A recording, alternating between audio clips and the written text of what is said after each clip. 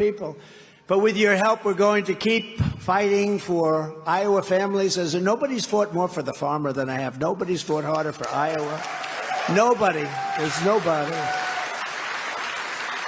Together, we ended the NAFTA disaster, the single worst trade deal ever made in our country, and replaced it with the best trade deal ever made in our country, the USMCA. It's the best deal ever made. In fact, so good that Mexico and Canada want to renegotiate the deal right now. And I would tell our people in Washington, don't do it. Don't do it. We suffered with NAFTA for decades. It was such a horrible deal. Do you know they made typos in that deal? Nobody knows this. They made typos or numbers. The numbers were much bigger. They say they were typos. They didn't even change them. They just accepted them. For years and years, we paid much more because of typos that were made that nobody wanted to go back and correct. Legally, you're allowed to correct a typo, but nobody wanted to do it. Nobody wants to talk about that. The worst deal we ever had, NAFTA, probably the best deal we made was the deal I made with China, but I don't talk about it because of COVID. But we made a deal with China. They're going to buy $50 billion worth of our product, and they agreed to 15, and I heard 15. I said, what's the number? 15. I thought they said 50. It's true. It's not true. I said, how much are we doing here? They said 15. So I thought they said 50. So during the course of the negotiation, I said, are you close to getting that $50 billion number? And they said, no, it's 50. I said, no, it's not. You told me 50. They said, no, we told you 50. I said, no, you told me 50. Here's the story. Just go and tell them 50. So they told them 50, and they agreed to it. Do you believe it? That's when I told you in Iowa, stay with me. Because, you know, we went through a little period during that negotiation, right? It was a little nasty out there with China. You know, China's a seriously good negotiator. They're tough and smart. And they have tremendous, it's amazing. Their energy is tremendous. They want to make these deals where they destroy you. But I said, just hang in, hang in. And the farmers did. And I had about 30 farmers in the White House. It was incredible. And I said to them, many groups, manufacturers, but this case was farmers. I said to them, you know, I'm going to get you so much subsidy from other countries, and you're going to have subsidy, you're going to have everything that you always wanted. And I was interrupted almost simultaneously by 5 farmers. Sir, we don't want subsidy. We just want a level playing field. That's all we have. That's the only group that ever said that. The other people, they'll take all the subsidy you can get them. They didn't want it. They just want... These guys were amazing. This was in the middle of this problem we had with China. I had to turn it off with China, but they said, we don't want subsidies, sir. We want a level playing field because nobody can beat us with a level playing field. I got them much more than a level playing field. And, you know, you had one of the greatest deals ever made. China, $50 billion. Remember I used to say, don't worry, it's going to work out good. I knew where we were going exactly, but it took a little time. You had to be a little bit tough, to put it mildly. They're tough. I said, don't worry, go out and buy larger land, get more land, and get bigger tractors. Remember, I said, go out just right now. You can bank on it. Go out and get more land and bigger tractors. And I turned out to be right. I turned out to be right. And I'll tell you what, the Biden administration is running on our fumes. That's all they're running on. They don't have anything. They're doing everything wrong. They're running on our fumes. I then got the $28 billion straight out of the tariffs that I took from China. I took hundreds of billions of dollars in from China. No other president got 10 cents from China. You can look all the way back. No president got 10 cents. They said, we're a developing nation. Brilliant people, brilliant negotiators. No, no, no, we are a developing nation. Well, we're a developing nation, too. Look at our cities. They're falling apart, our Democrat-run cities. We're a developing nation, too. But I got hundreds of billions of dollars in taxes and tariffs from China, and it brought them to the table. And because of that, I was able to get the farmers $28 billion. That's why, you know, I get a lot of heat sometimes. Some of my people, and they're great, they're good people, they mean well. They say, sir, please don't take it for granted that you're going to win Iowa. I said, what do you mean? I got the farmers $28 billion. Of course I'm going to win Iowa. Remember, I came in last time. They said, sir, you sound very conceited. You're saying you're going to win. I said, how the hell can they vote against me? I got them $28 billion. They're going to vote. Do you think Joe Biden's going to get you $28 billion? Any extra money that he gets comes to him and his family. It doesn't come to Iowa. That's been proven, hasn't it? You see, they just found him. $5 billion went to him. Remember during the debate, I said to Joe Biden, I said, how come the mayor of Moscow's wife paid you $3.5 million? And Chris Wallace, how's he doing, by the way? Chris Wallace was the moderator. You shouldn't be allowed to ask that question. I said, well, it's true. The mayor of Moscow's wife paid this family $3.5 million. Why did they get it? What did they do that was worth $3.5 million? They weren't able to explain it. Now it's turned out to be a big case. I was right. Chris Wallace, it was like fighting two people. Of course, it was really like fighting one person. Because that was a beauty. But now it's turned out to be a very big, really big subject. He got $3.5 million from Moscow, and nobody knows why, and they can't justify it. What did you do for the $3.5? At least say you did something. There's nothing. They didn't do anything. You know what they did. It's called laundering. Just as I promised, I also fought for Iowa ethanol, issuing a historic rule declaring the E15 would be made available all year round, and also letting them use existing pumps. It doesn't sound like much, not very glamorous for a speech, show that you're allowed to use, but that was millions, tens of millions of dollars. They had great pumps, actually better than the new ones, and they wanted to know if they could use them, and they weren't allowed to use them under the legislation, and I gave them the right to use the existing pumps. They were actually just as good or better, and they saved hundreds of millions of dollars. But I was able to do that for the farmers and for the state. Ron DeSanctimonious is a opponent, really a raging opponent of ethanol. He's against ethanol. He fights it. He was fighting it all the time. Now all of a sudden he's saying, no, I'm actually for it. Oh, it's this politician. They're against it when they need it, but you know what? They always go back to their original thought. But I was your ethanol champion for 4 years in the White House. There was nobody could have kept it like I kept it, including getting it from 8 months to 12 months. They could never justify that. I said, why are they only allowed to use it for 8 months? They told me something about heat. I said, do me a favor, just it's fine. We're going to do it for 12. But we did a good job for ethanol. Together we achieved the most secure border in U.S. history. We built 561 miles of border wall, despite the fact we had to fight the rhinos and the Democrats.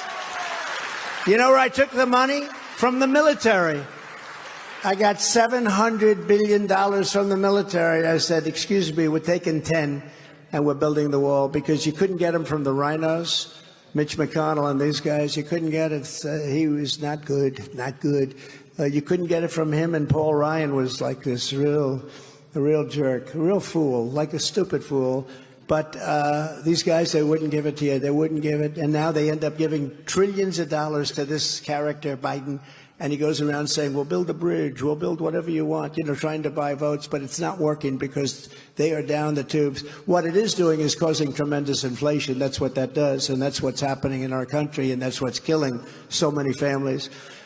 I also got Mexico to give us 28,000 soldiers, and, you know, free of charge. I said to the president of Mexico, we have to get you to give us soldiers to guard our border while I'm building the border wall, because we're building this great wall. It's exactly the wall that Border Patrol. I didn't actually like it. I wanted to have concrete plank, like parking garage plank, going up in the air 40 feet, 50 feet up in the air, perfect. But the Border Patrol didn't want, they had to have steel on the outside, they wanted concrete, and then they wanted rebar, they wanted different materials, and they wanted to be able to see through. You had to be able to see through. So I built it as they wanted it, everything they wanted. It was actually more expensive doing it that way than my way. And it was amazing how successful it was. And, you know, for those people that like to say, oh, but he didn't get Mexico to pay for it. Not the whole thing. There was no mechanism. So what I did do is I got 28,000 soldiers from Mexico, and that's much more expensive than having them pay for a piece of the wall. And it was very interesting because they said, we will not pay for that. How could you ask us for a thing like that? I said, no, you're going to pay for it. You have to pay for it. No, we're not going to do it. The president, who I have a lot of respect for, I really like him, even though he's a socialist, that's okay.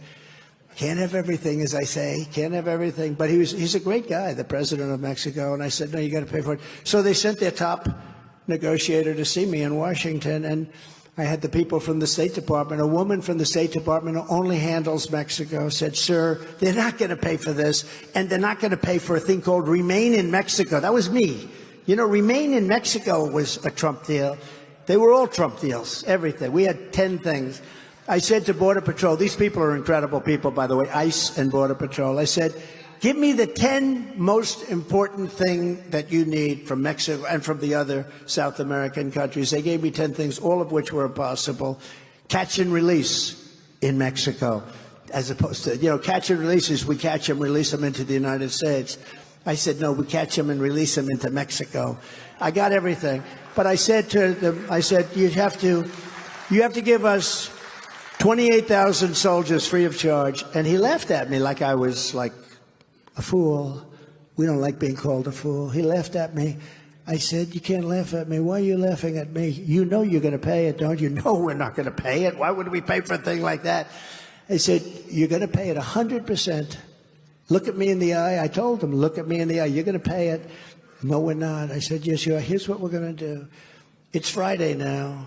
On Monday morning at 7 o'clock in the morning, every car and every product that Mexico makes coming into the United States will have a 25% tariff on it, which is far more money than you're talking about for the soldiers, who you're paying anyway. So you're going to either do it or that. Sir, I'd like to make a phone call. Please come back quickly. He came back within 5 minutes.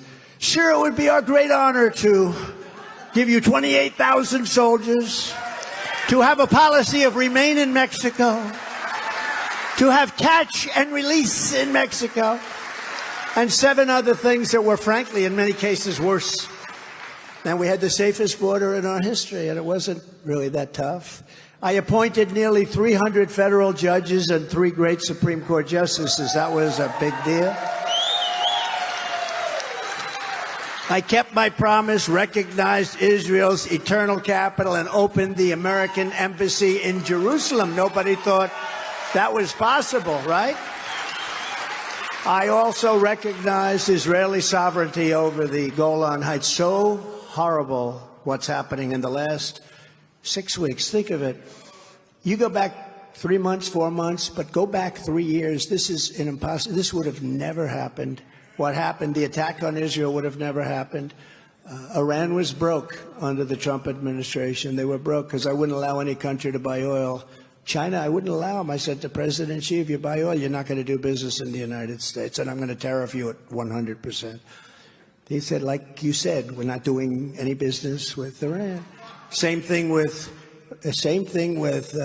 many countries, France, every country. I said, any country, India was a big one. They were a big buyer. Any country that does business with Iran is not going to do any business with the United States. And any goods that you do send in, we're going to tariff you at 100%. So they did virtually no sales of oil, and they were broke. They were broke, and they had no money for Hamas, and they had no money for Hezbollah. They had no money for any of these mini terrorist organizations. Now they're very rich because Biden lifted all of that stuff off. We would have had a deal. If the election weren't rigged, we would have had a deal with Iran within the first week I was back in office. They were ready to make a deal. They were broke. And a Democrat politician last week said on, I think, Deface the Nation, a show called Deface. Ladies and gentlemen, Donald Trump on Deface the Nation. You know, it's sometimes referred to as Face the Nation. I like Deface the Nation better. But it was on that. Another one was on Meet the Press. I call that one Meet the Fake Press. But they said, well, I will admit one thing. Under President Trump, Iran was broke. Because Iran is the problem, because they have all the money. So not only did we give them $6 billion for 5 people, hostages, or whatever you want to call them, that shouldn't have been there, by the way. They shouldn't have been there. But we gave them $6 billion. Think of that. And then we gave them $10 billion for electricity going to Iraq. I don't know if you know about that, but they sold electricity to Iraq, and we gave them 10. So we gave them 16. And everyone says, oh, that's so much. And that's peanuts. We gave them $250 billion in the selling of oil. They're selling millions and millions of barrels of oil to China, to India, to all these countries that weren't buying under the Trump administration, took off all of the sanctions and all of the verbal thrashings that I'd give these people. I said, if you want to do that, you're not going to do any more business in the United States where they make a lot of money. So we had it done. It was a done deal. And then we had the bad results with the election. Horrible, horrible results. What a different country when you think about it. I'm just saying up here, talking to you, just like I've got 3 people in the room. You know, what a terrible thing has happened to our country over an election. Over an election. Think of our country would have been, we would have had no inflation. We wouldn't have had the surrender in Afghanistan, which was probably the worst and most embarrassing day in the history of this country that the fake news doesn't talk about. They never talk about it anymore because they're really bad. They're fake. It's not what they say, it's what they don't say, because what they don't tell you is far worse than what they tell you. But we would have had a much different country. We would have had continued to have the greatest economy ever, but we're going to bring it back. I withdrew from the disastrous Iran nuclear deal. That was one of the biggest things I did for Israel, but nothing happened with it because they didn't, when they withdrew, you're supposed to make a deal. They were broke. They withdrew. You were supposed to make a deal. And with the historic Abraham Accords, I even made peace in the Middle East. We're going to have peace in the Middle East. So for 4 straight years, I kept America safe. I kept Israel safe. I kept Ukraine safe. None of this stuff would have happened. And I kept the entire world safe. And we will again as the 47th President of the United States. We'll do it again. Thank you. I'm the only candidate who can make this promise, and this is one of the biggest promises because our country's never been in a situation like this. We have a man that has no clue negotiating with nuclear weapons. I will prevent World War III. I will prevent it. On my first day back in the White House, I will terminate every open borders policy of the Biden administration, stop the invasion on our southern border, and begin the largest domestic deportation operation in American history. Right?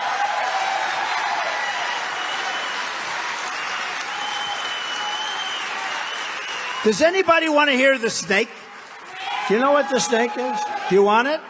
Does anybody know what the snake is? It's something, it was a song written many years ago and changed it around a little bit. Should I say it or not? I don't know. Madam Attorney General, should I do the snake? Okay. If the Attorney General wants it, I'm doing it. She's great. So this is really a metaphor. This is a situation that's happening on our border and elsewhere where we're allowing people to come into our country that are very dangerous. And it's really, I think, perfect. And unfortunately, it's true because we're waiting for disasters, the likes of which we probably have never seen before. China, just recently, we found out 27,000 people come in, all young men, no wives, family, and children, all young men. What are they, building an army in our country? Other countries from South America, but countries from all over the Middle East are pouring into our country. A lot of bad things are going to happen. A lot of bad things. This is not good stuff. It's a disaster waiting to happen. So remember that when you're hearing these words. On her way to work one morning, down the path along the lake, a tender-hearted woman saw a poor, half-frozen snake. His pretty-colored skin had been all frosted with the dew. Poor thing, poor thing, poor thing, she cried. I'll take you in and I'll take care of you. Take me in, O tender woman. Take me in for heaven's sake. Take me in, O tender woman, cried the vicious snake. She wrapped him up all cozy in a comforter of silk and laid him by her fireside with some honey and some milk. She hurried home from work that night, and soon as she arrived, she found the pretty snake she'd taken in had been revived. Take me in, O tender woman, take me in for heaven's sake. Take me in, O tender woman, cried the vicious snake. She clutched him to her bosom. You're so beautiful, she cried.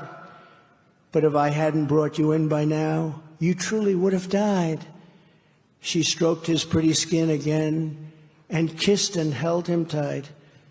But instead of saying, "Thank you, ma'am," the snake gave her a vicious bite. Take me in, O tender woman, take me in for heaven's sake.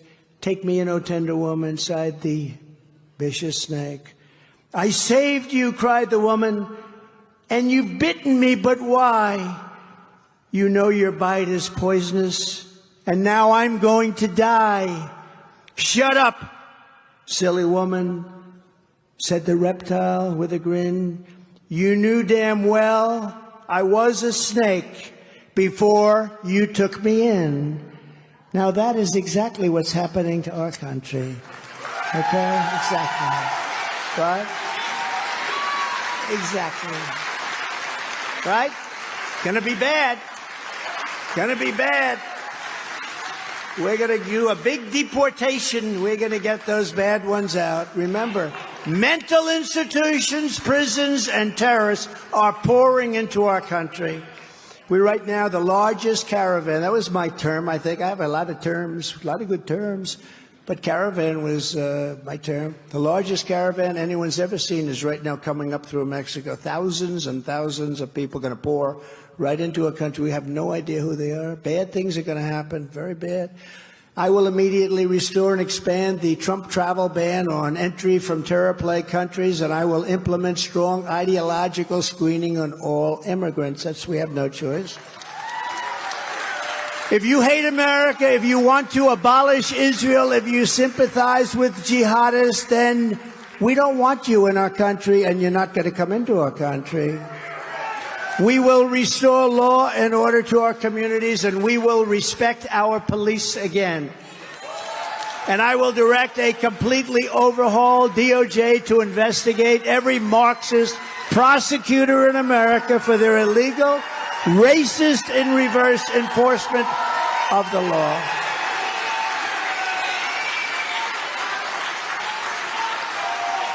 We will take over our horribly run Washington, D.C. It is horribly run. Have you seen it? It's filthy, dirty, with graffiti all over the most beautiful marble columns, magnificent columns built 200 years ago, 100 years ago.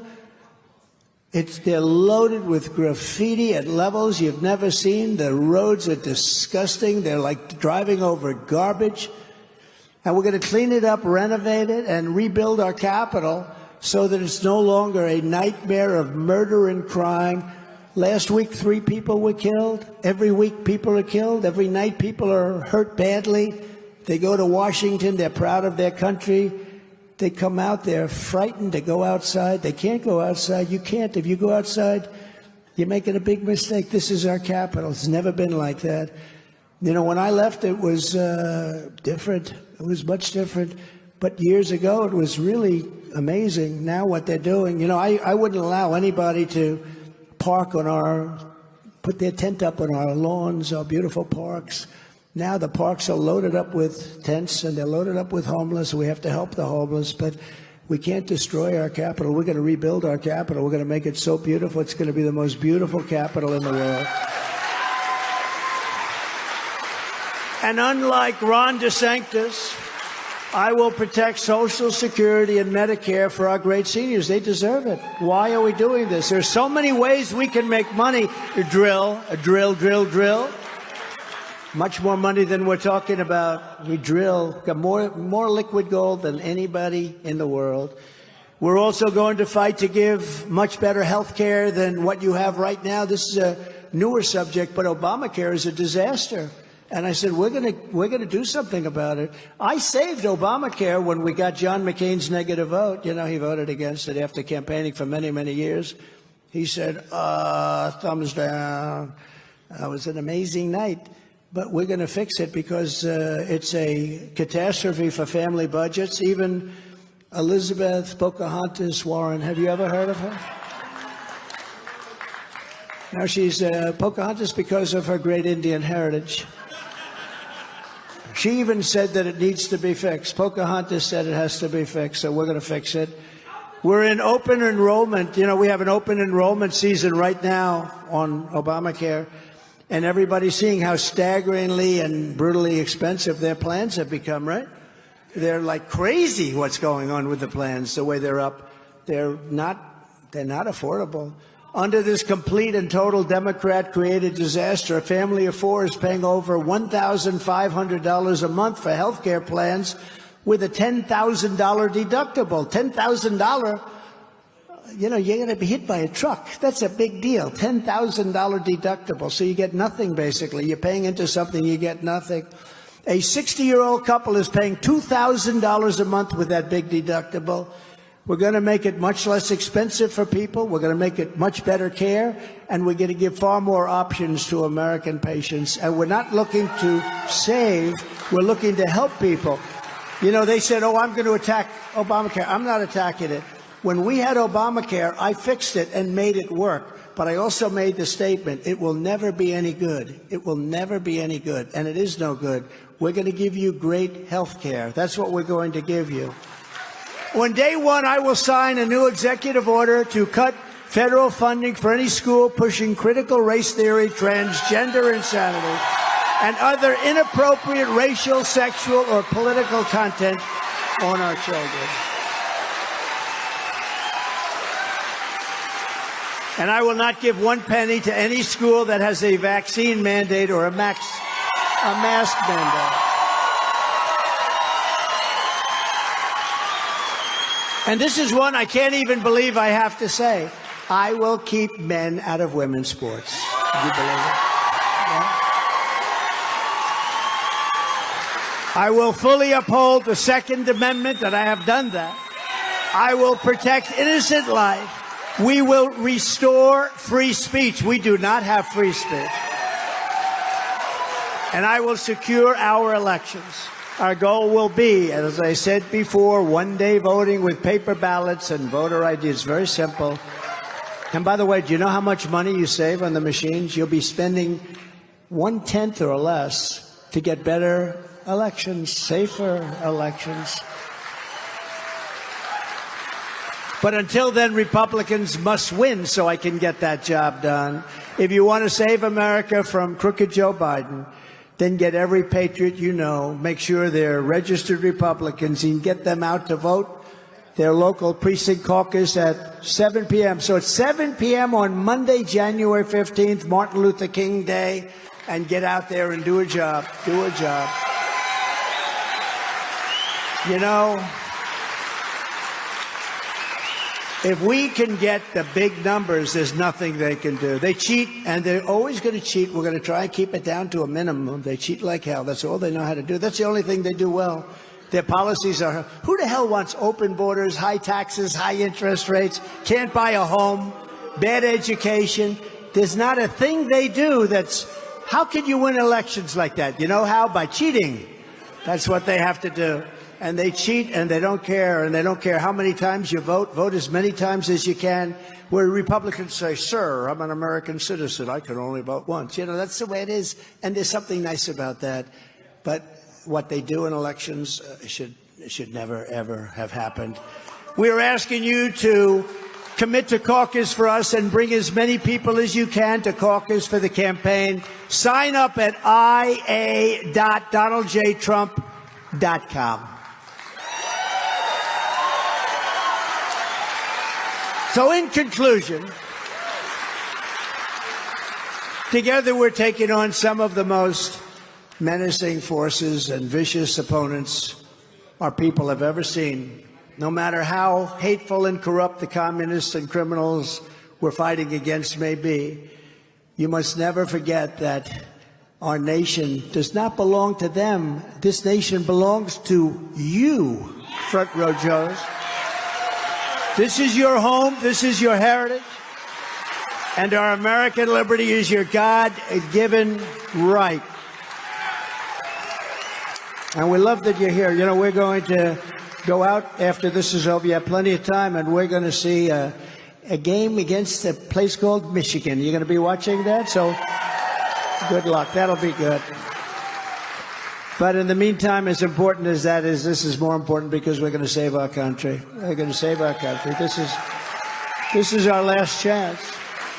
We stand on the shoulders of American heroes who crossed the oceans and blazed the trails, settled the continent, tamed the wilderness, laid down the railroads, dug out the great Panama Canal, raised up the skyscrapers, won 2 world wars, defeated fascism and communism, and launched our brave American astronauts to plant the stars and stripes on the face of the moon. What we've done is so incredible. And now we have a horrible situation going on, an embarrassment. Our country's become an embarrassment. Together, they made America into the single greatest nation in the history of the world. History of the world. Think of that. Think of that.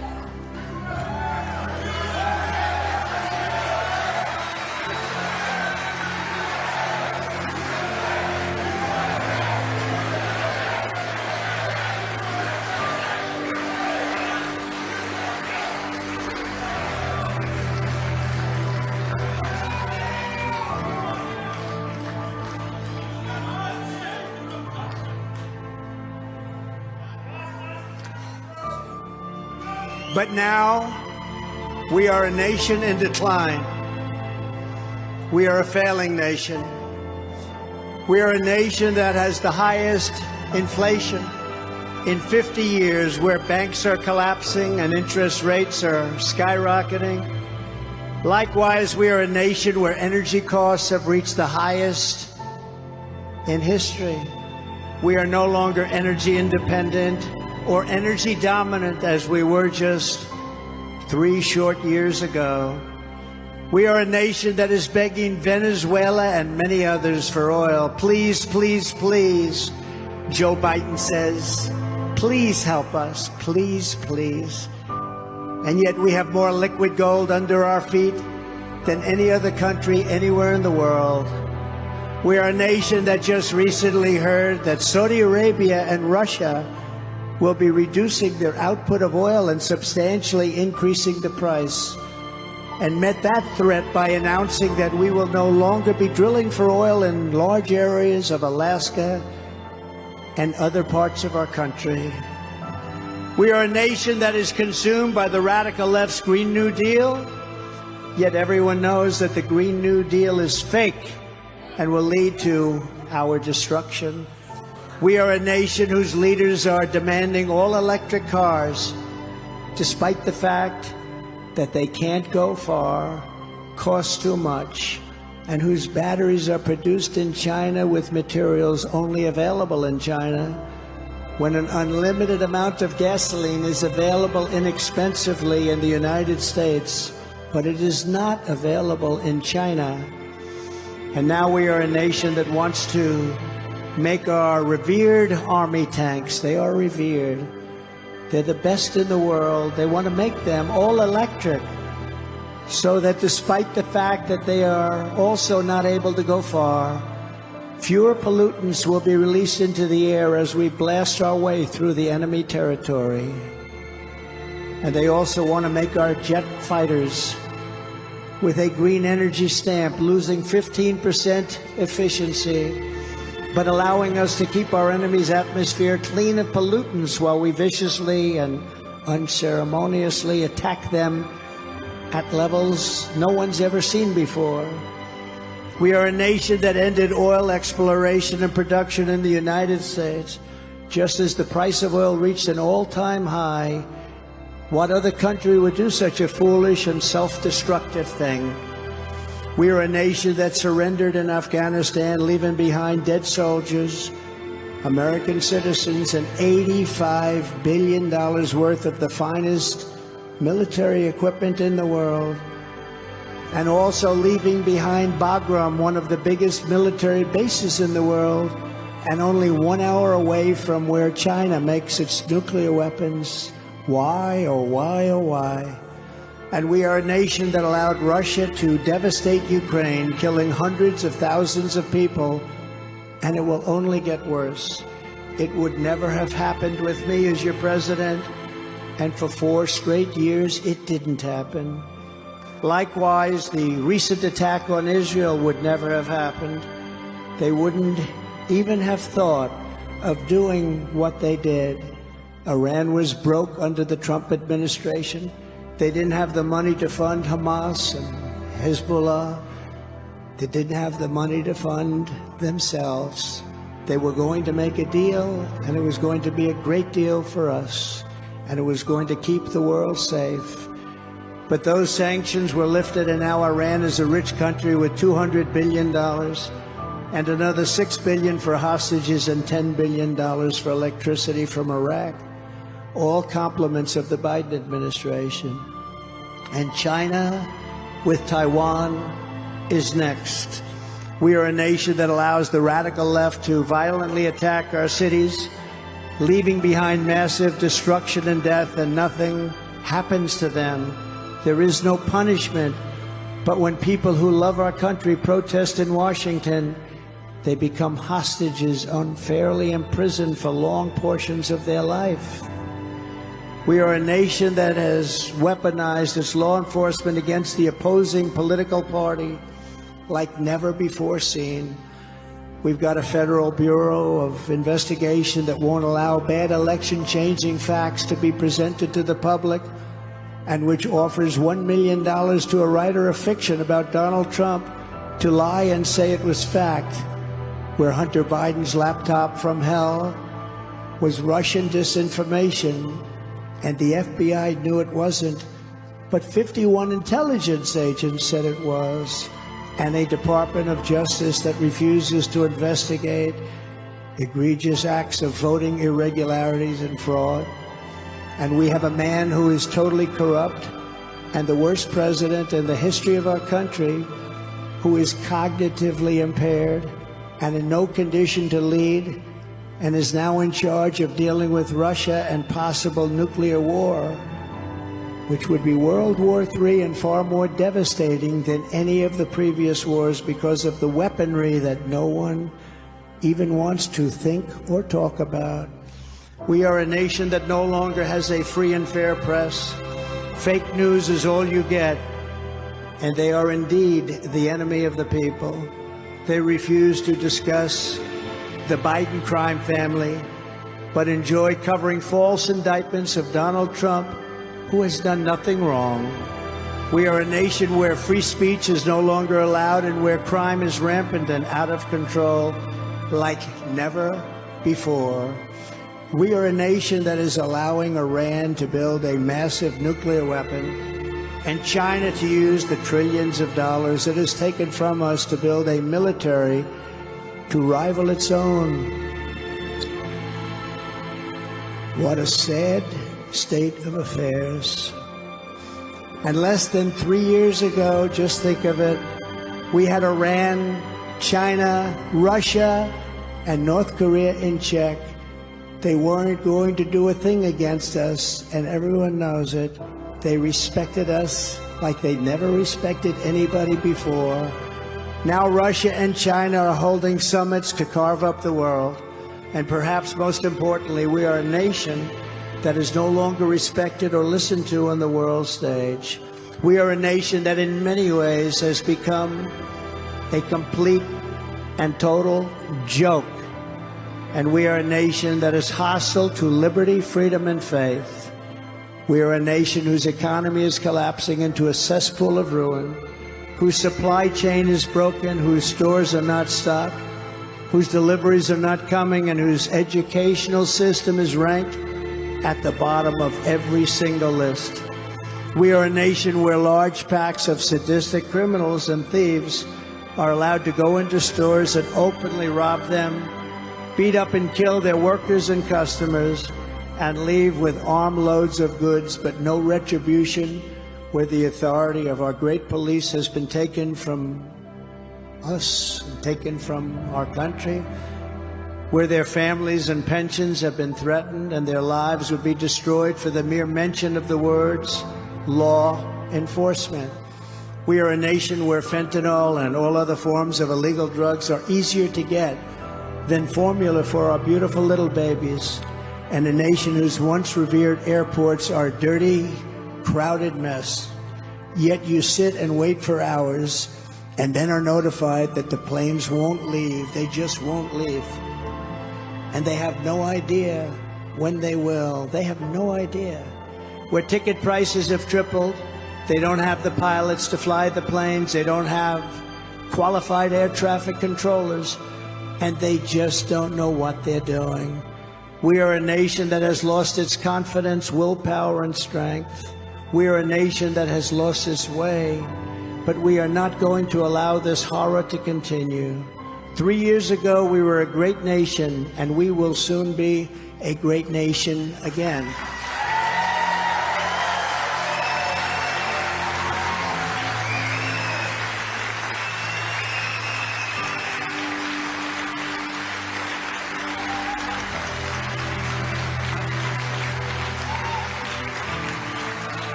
It was hardworking patriots like you who built this country, and it is hardworking patriots like you who are going to save our country. We will fight for America like no one has ever fought before. With you at my side, we will demolish the deep state. We will drive out the globalists. We will cast out the communists. We will throw off the sick political caste. And we will rout the fake news media. We will drain the swamp.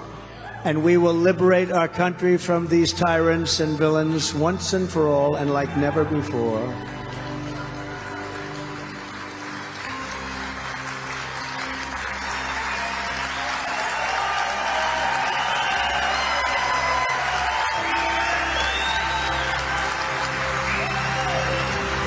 Like those patriots before us, we will not bend, we will not break, we will not yield.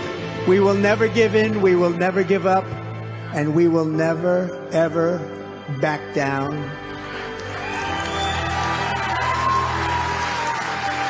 With your support, we will go on to victory, the likes of which no one has ever seen before. We will evict crooked Joe Biden from the White House, and we will take back our country on Election Day 2024. The great silent majority is rising like never before, and under our leadership, the forgotten men and women will be forgotten no longer.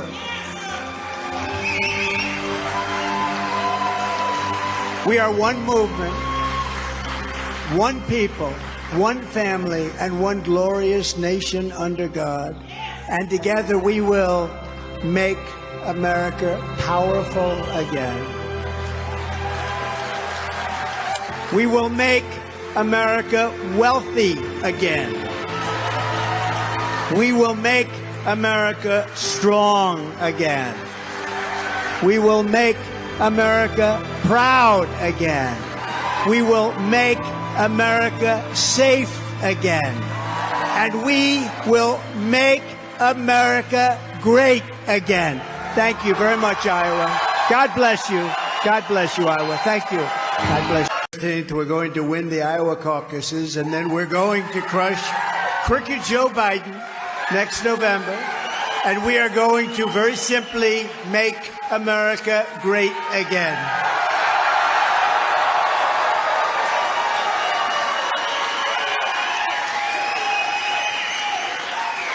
I want to thank a very special person, a great woman, actually, Iowa Attorney General Brenna Byrd.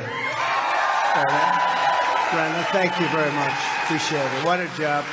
Done a great job. Thank you very much. Also, State Senator Charlie McClintock. Charlie, thank you, wherever you are. There's a lot of people here. Charlie, thank you very much. And State Representatives Bobby Kaufman. Bobby, he's got very good genes, you know that, right? Brad Sherman. Thank you, Brad. Thank you, Brad. Heather Hora and Mark Cisneros. Thank you. And former Acting Attorney General Matt Whitaker did a great job. Thank you, Matt. Thank you, Matt. Thank you very much, Matt. We also have one of my favorite generals of all time, Keith Kellogg, here. Thank you, Keith. Thank you very much. Great job. Great general, great man. For decades, you watched as a corrupt political class in our nation's capital looted your money, trampled on your dignity, and pushed their radical agenda into every aspect of your lives. You know it very well. But in 2016, you voted to stand up to those liars, losers, crooks, and creeps, and you elected an outsider as your president, and it was about America first. We want to put our country first. They haven't done that in a long time, but we did it for 4 years, and that's why we did so well. That's why it was one of the great presidencies, they say. Even the opponents sometimes say he did very well. I have to say, take it back, they scream. His people say, take it back. From that day on, our opponents, and we had a lot of opponents, but we've been waging an all-out war in American democracy. You look at what they've been doing, and becoming more and more extreme and repressive. They have just waged an all-out war with each passing day.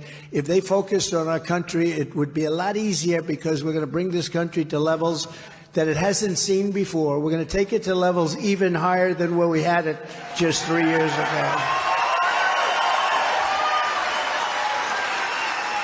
For 4 straight years, they tried to overthrow the duly elected president. You know about that. With one hoax, witch hunt, and abuse of power after another. Remember Russia, Russia, Russia. Remember all of that nonsense. All turned out to be fake. Then they rigged and sold the election of 2020. They rigged. And since crooked Joe Biden got in, he has been weaponizing government against his political opponents like a third world communist tyrant. Really no different. You take a look at what's happening, and we're talking about to a lot of people, not just Donald Trump, a lot of people, but we got him. We got this thing. We got this thing.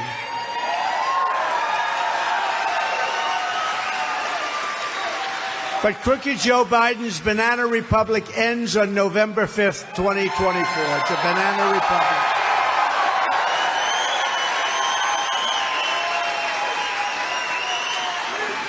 Biden and his radical left allies like to pose as defenders of democracy. You see, he was standing up there not so long ago with the pink and red background. That looked a little bit sinister.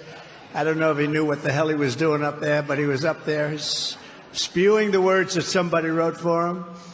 But Joe Biden is not the defender of American democracy. Joe Biden is the destroyer of American democracy, and it's him and his people. They're the wreckers of the American dream. The American dream is dead with them in office. It's sad. We had such a dream. We had such an American dream. We had such an incredible administration, but it died when these people came into office. Over the past few years, you've watched Biden and his band of Marxists, communists, fascists try to crush free speech, censor their critics, criminalize dissent, destroy attorney-client privilege, which is something nobody ever thought they'd see in this country, and even attempt to imprison their leading electoral rival by far on bogus charges. That happens to be me, in case you forget. Happens to be me.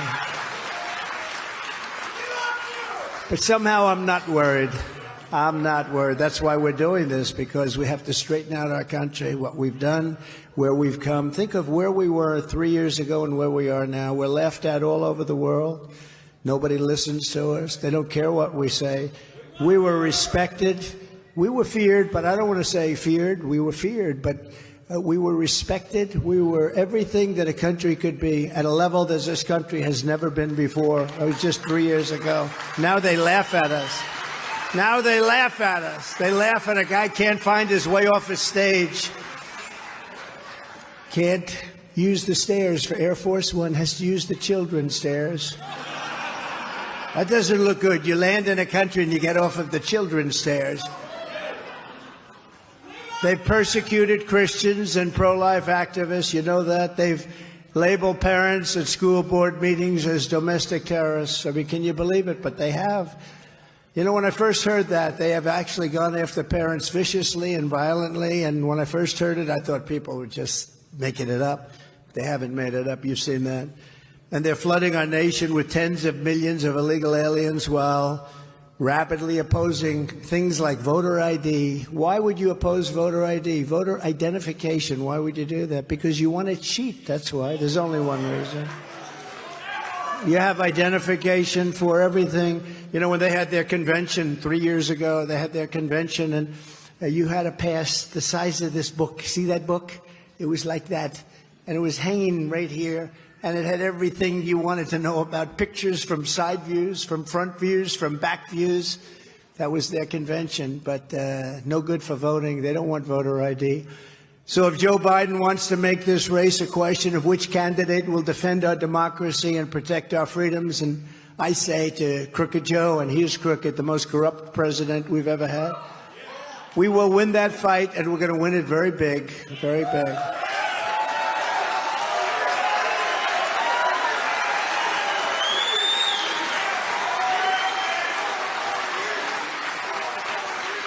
And we just left another section of your great state, and I want to tell you the enthusiasm here, there, all over the place, but all over the country, really. We've never seen anything like it. We did great with 2016. We did much better with 2020. The fake news hates to hear that, but we did much better with 2020. Millions and millions of votes more. But the enthusiasm now is even greater than that. I've never seen anything like it, and you understand what I'm talking about because we have to take our country back.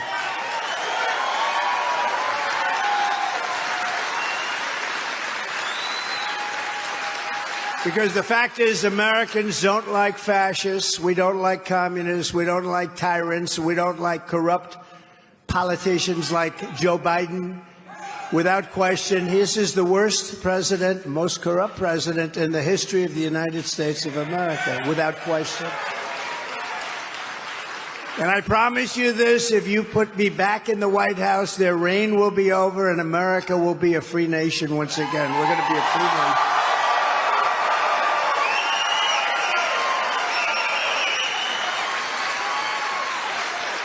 Before Crooked Joe, no president in history ever weaponized the full force of the Justice Department, local attorney generals, and district attorneys against American citizens or people running for office.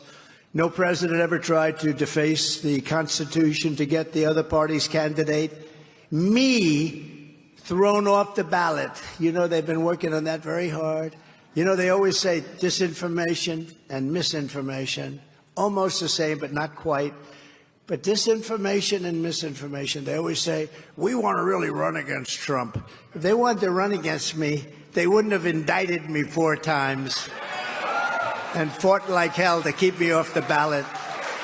But the fake news and the stupid people at the Wall Street Journal editorial board, they said the other day, well, they really want to run against Trump. Look, they said that in 2016 and we won. They said that in 2020 and we did much better than anybody. We got the most votes of any sitting president in history. Many millions of votes more than we got in 2016. We did much better. 2016 was good, but we did much better in 2020. The last person they want to run. But you have the stupid media, the dishonest media, the fake news media saying, well, you know, they really want to run against Trump. They don't want to run. And by the way, we're about 60 points up on DeSanctimonious and 65 points up on Nikki Haley.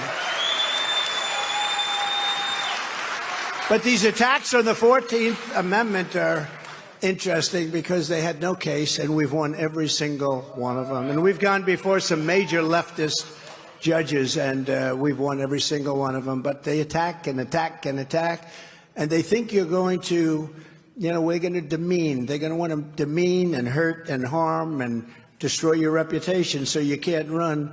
But in this case, so far, we got to keep it that way. It's backfired. And to be honest with you, I'm much more popular now than I would have been if they didn't do it. If they didn't do it.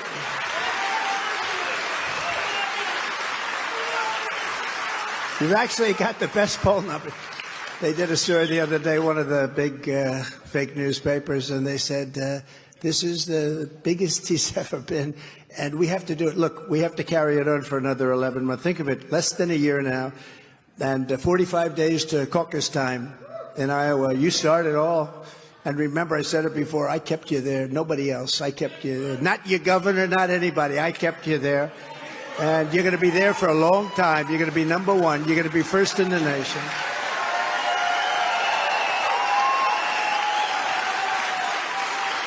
And no president ever sent the FBI to raid the home of his opponent for crimes that he himself actually committed. He committed crimes.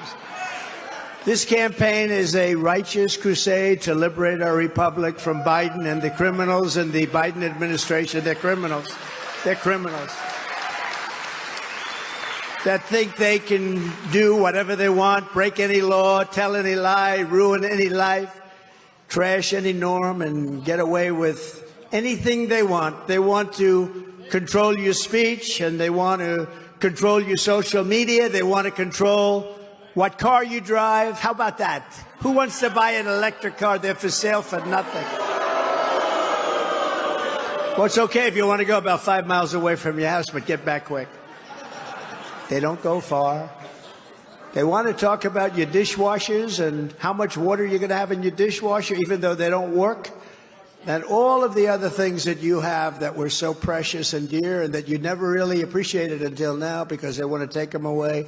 Your heating and cooling in your house, they want to change it. They want to change everything. These people are sick. These people are sick. Not in his house, right? Not in his...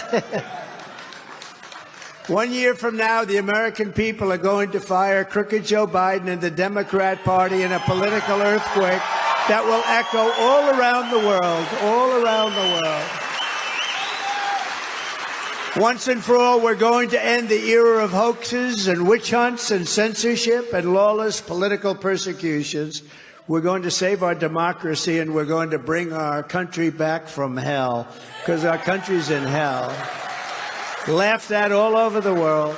Just this week, Biden's Homeland Security Secretary even admitted that they are weaponizing artificial intelligence to target American citizens for political speech. Did you hear that?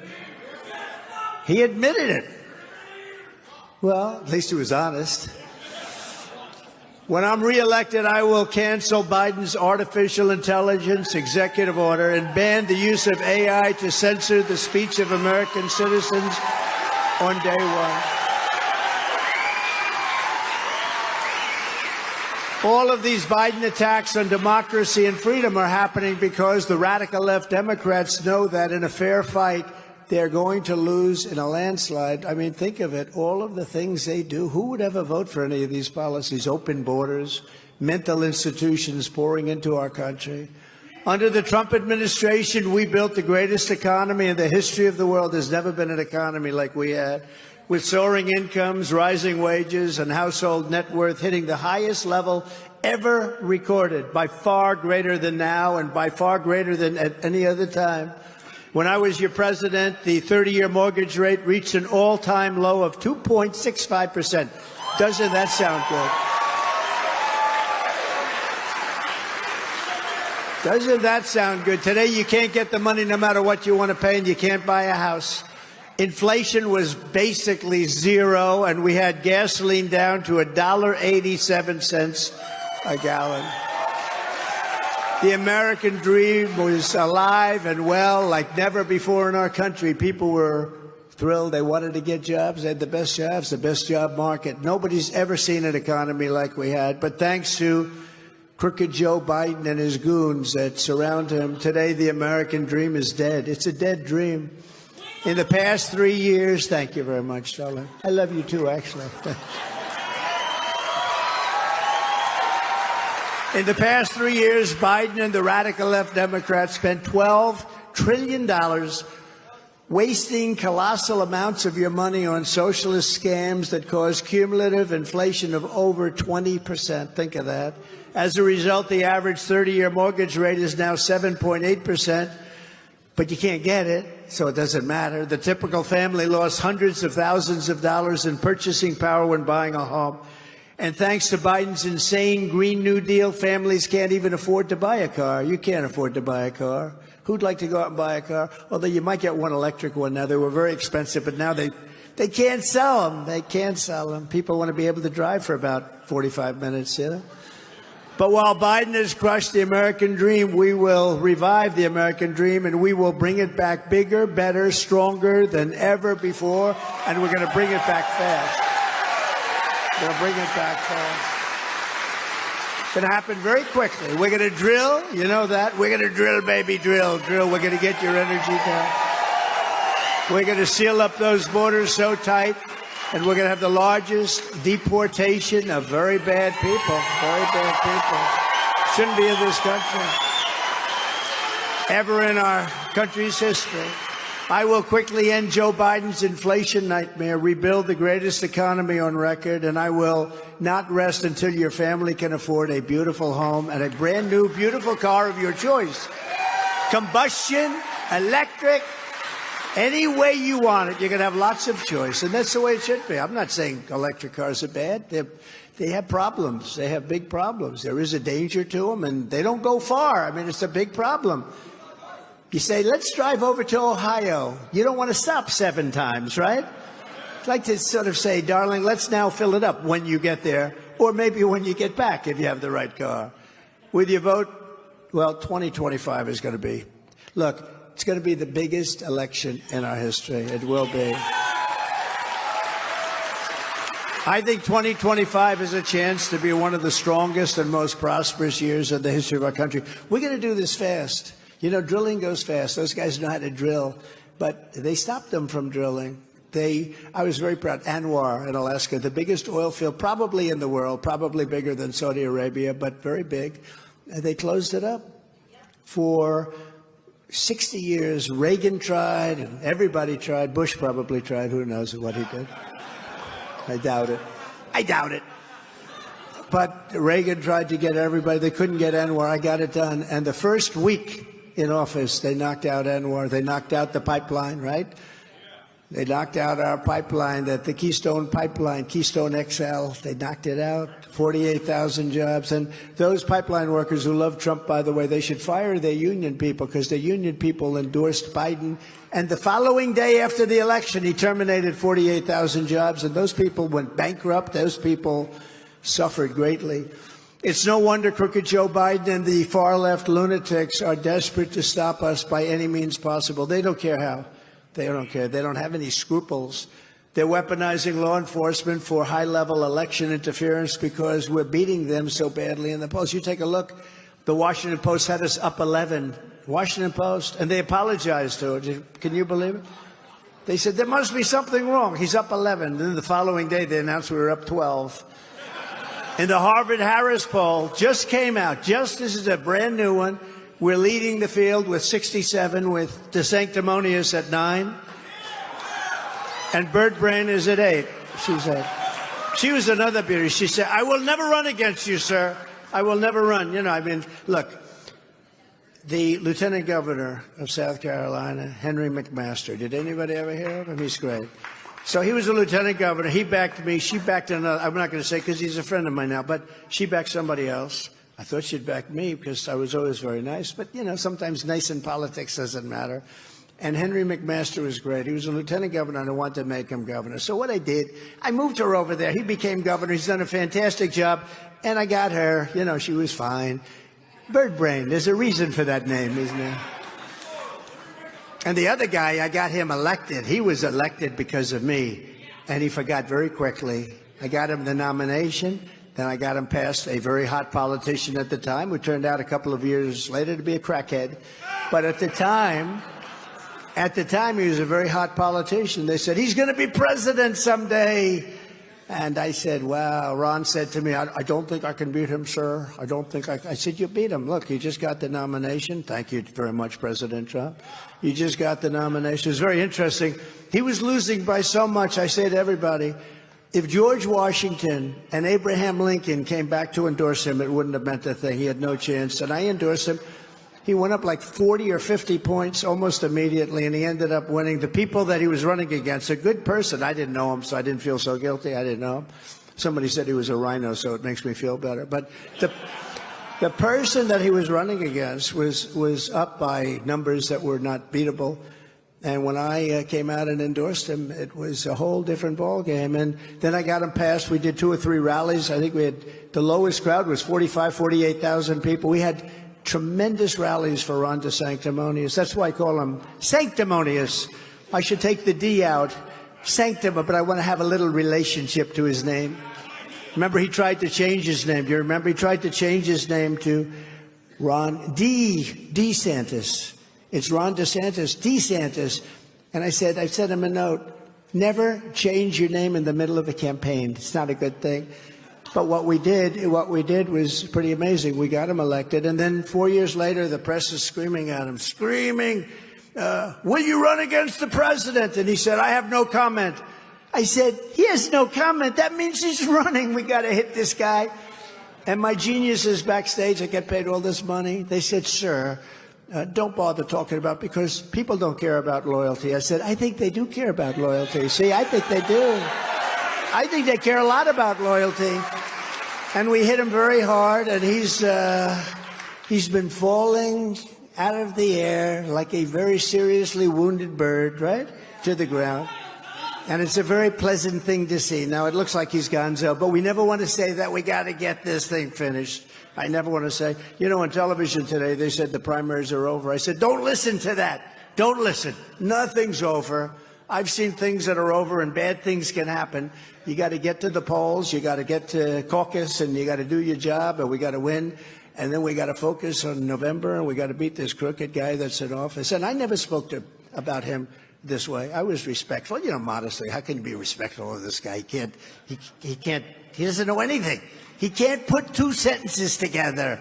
And he's negotiating our nuclear package with Kim Jong-un, who won't talk to him, by the way. He won't even talk to him. North Korea won't talk to him, but he likes me. He likes me. For 4 years, you had no trouble with North Korea, did you? No trouble whatsoever. Started a little bit rough, right? Rocket Man, little Rocket Man. He said, we've got a red button on my desk, he said. I said, I have a red button also, but mine's bigger, better, and it works. Mine works. And then, And then I got a call from North Korea, and they wanted to meet. We met, and we really got along. We got a great relationship. The press hates to hear that. They say when you have it's good to have a good relationship with people that have nuclear weapons and lots of other things. It's not a bad thing. It's a good thing. But we got along, and President Xi, can you imagine President Xi, who's a piece of granite? He's tough and smart. He's at the top of his game, and this guy walks into his office and talks. He walks into his office and falls asleep. That's what happens. I said to President Xi of China, I said, could I ask you a question? Do you have much of a drug problem? No. We have no drug problem. And what do you attribute that to? He said, quick trial. I said, what's quick trial? I sort of knew, but I said, I want to be nice, right? I said, what's quick trial? He said, we immediately give trials to drug dealers, and if they're guilty, which is probably about 119%, I would say they don't have a great chance. We execute them. And because of that, we no longer have a drug. They used to have a massive drug problem years ago.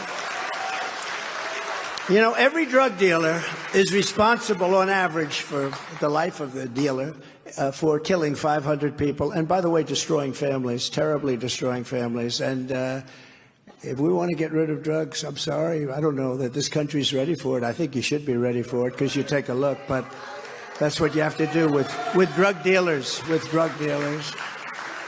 But we're totally dominating Biden in the general election, beating him by 6 points in the Harris poll and a whopping 18 points in some other polls. Can you imagine 18 points? A friend of mine called me who's not in politics. He says, could I ask you a question, President? What? How come you're only winning by 18? He doesn't realize they have certain constituencies that bring them up to like 38 or 39. Actually, brings him up to 38, 39, and he's at 35. So that tells you, in other words, that's pretty bad. But they do. They have a sort of a base of almost 40, and we don't have that base. We have to go out and earn it. And like in 2016, we just ran the whole east coast of the country, and that made up for California, which I actually believe that if they didn't have rigged elections out there, if they didn't have all the paper ballots, they send out like 36 million ballots, and nobody knows where the hell they're going to or coming from. I think a few people know where they're going to, and a few people know where they're coming from. But I think if you had a real election and Jesus came down and God came down and said, I'm going to be the scorekeeper here, I think it would win there. I think it would win in Illinois, and I think it would win in New York, which is all places that, in theory, I mean, who in New York When you see what happened, hundreds of thousands of illegal immigrants pouring out all over Madison Avenue, Fifth Avenue. People are so angry. Even Democrat politicians now are going after Biden. The mayor is going after him. They're all going after him. But who would say that this is acceptable? I think you can win New York. I think you can win New Jersey. I think we can win Virginia. States that in theory would be with, but I have a different theory. I think for years we could have won them. These elections are rigged. Our elections are totally rigged. And we got to do something about it. The radical left Democrats rigged the presidential election of 2020, and we're not going to allow them to rig the presidential election of 2024 and destroy our country totally. Every time the radical left Democrats, Marxists, communists, and fascists indict me, I consider it a great badge of honor. I do. Because thank you very much, I appreciate this, but I'm being indicted for you. Thanks a lot, I appreciate it.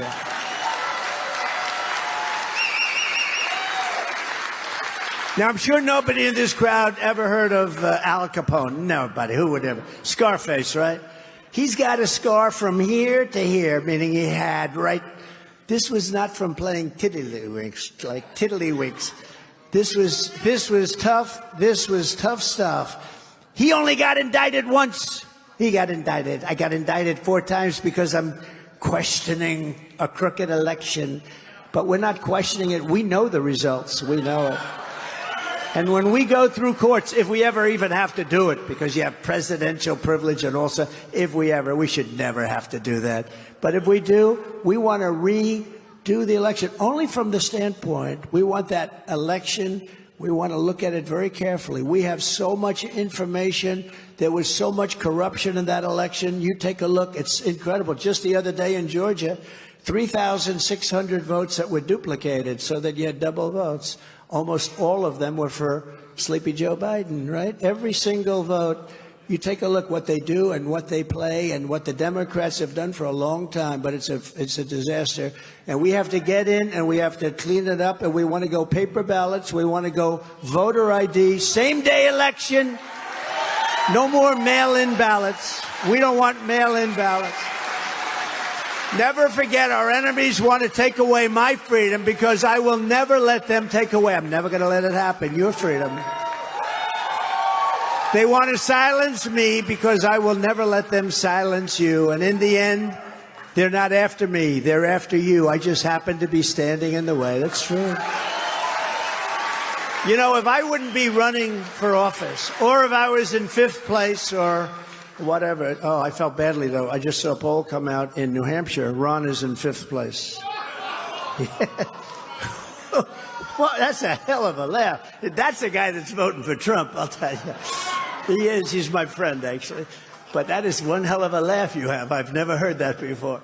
But no, he's in 5th place in New Hampshire, but I wish him luck. We wish him a lot of luck. We love disloyal people, don't we? This is far more than a campaign that we're doing. We have everyone involved. This is the greatest political movement in the history of our country, probably the greatest political movement in the history of the world. There's never been anything like that. You know, there was a man, Pat Buchanan, a good guy, conservative guy. And, you know, it's not that you know Pat Buchanan. Look at that. Good. Good guy. Wow. Young people, they know him. He did well in New Hampshire. He came in, I believe, 2nd place to Bush. He came in 2nd place. And that gave him a massive career. I mean, it was an amazing life he had. And he's an older guy now. But that gave him like an amazing political career. He was a great pundit. Came in 2nd place in one state. We've won everything. We've won everything, including the presidency. We actually won the presidency twice, but we've won everything. And for the second time, I won every state. I won every single state in the primaries, and then went on to get many millions of votes more than we did the first. The totally corrupt New York Times said to me, somebody asked me a question, what went wrong the second time? I said, what went wrong? We got millions of more votes. You know what went wrong? The election was crooked. That's what went wrong. And who would have thought it would happen? I campaigned. I did like 7 rallies in one day. I did like 5 rallies. And these are big rallies. These are big. And this is just for our friends. We're going to start the rallies when it gets a little bit warmer. Because honestly, you have no place where you can even have them, because we'll get 50, 60,000 people. And we know, because those are front row shows. Am I right? But we're going to start them when the weather gets a little bit warmer. But now, in all fairness, that's not going to help you, because you've got January coming up. So it's not going to help you guys, but we're going to have very big ones. But who would ever thought a thing like this would happen, where you go out and you run and you think you're doing well, and you're getting 50, 60, 70,000 people. We went to South Carolina recently, a couple of months ago. We had 83,000 people show up. We went to Texas. We had over 100,000 people. So you go home and you think you're going to sit down, watch television, and watch this great election. Now, that happened in 2016 because we got them unprepared. And they said, we'll never let this happen again. We're never going to let it happen again. Hillary Clinton said, why didn't they do that for me? And they actually tried. What happened is they had no idea the level of popularity that we had. That's what happened. They did try. They underestimated us. These are very dishonest, very crooked people. But with your help, we're going to keep fighting for Iowa families. Nobody's fought more for the farmer than I have. Nobody's fought harder for Iowa. Nobody. There's nobody. Together, we ended the NAFTA disaster, the single worst trade deal ever made in our country, and replaced it with the best trade deal ever made in our country, the USMCA. It's the best deal ever made. In fact, so good that Mexico and Canada want to renegotiate the deal right now. And I would tell our people in Washington, don't do it. Don't do it. We suffered with NAFTA for decades. It was such a horrible deal. Do you know they made typos in that deal? Nobody knows this. They made typos, or numbers. The numbers were much bigger. They say they were typos. They didn't even change them. They just accepted them. For years and years, we paid much more because of typos that were made that nobody wanted to go back and correct. Legally, you're allowed to correct a typo, but nobody wanted to do it. Nobody wants to talk about that. The worst deal we ever had, NAFTA, probably the best deal we made was the deal I made with China, but I don't talk about it because of COVID. But we made a deal with China. They're going to buy $50 billion worth of our product, and they agreed to 15. And I heard 15. I said, what's the number? 15. I thought they said 50. It's true. It's not true. I said, how much are we doing here? They said 15. So I thought they said 50. So during the course of the negotiation, I said, are you close to getting that $50 billion number? And they said, no, it's 15. I said, no, it's not. You told me 50. They said, no, we told you 15. I said, no, you told me 50. Here's the story. Just go and tell them 50. So they told them 50, and they agreed to it. Do you believe it? That's when I told you in Iowa, stay with me. Because, we went through a little period during that negotiation, right? It was a little nasty out there with China. China's a seriously good negotiator. They're tough and smart.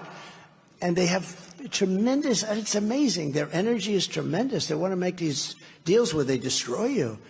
But I said, just hang in. And the farmers did. And I had about 30 farmers in the White House. It was incredible. And I said to them, many groups, manufacturers, but this case was farmers. I said to them, I'm going to get you so much subsidy from other countries, and you're going to have subsidy. You're going to have everything that you always wanted. And I was interrupted almost simultaneously by 5 farmers. Sir, we don't want subsidy. We just want a level playing field. That's all we have.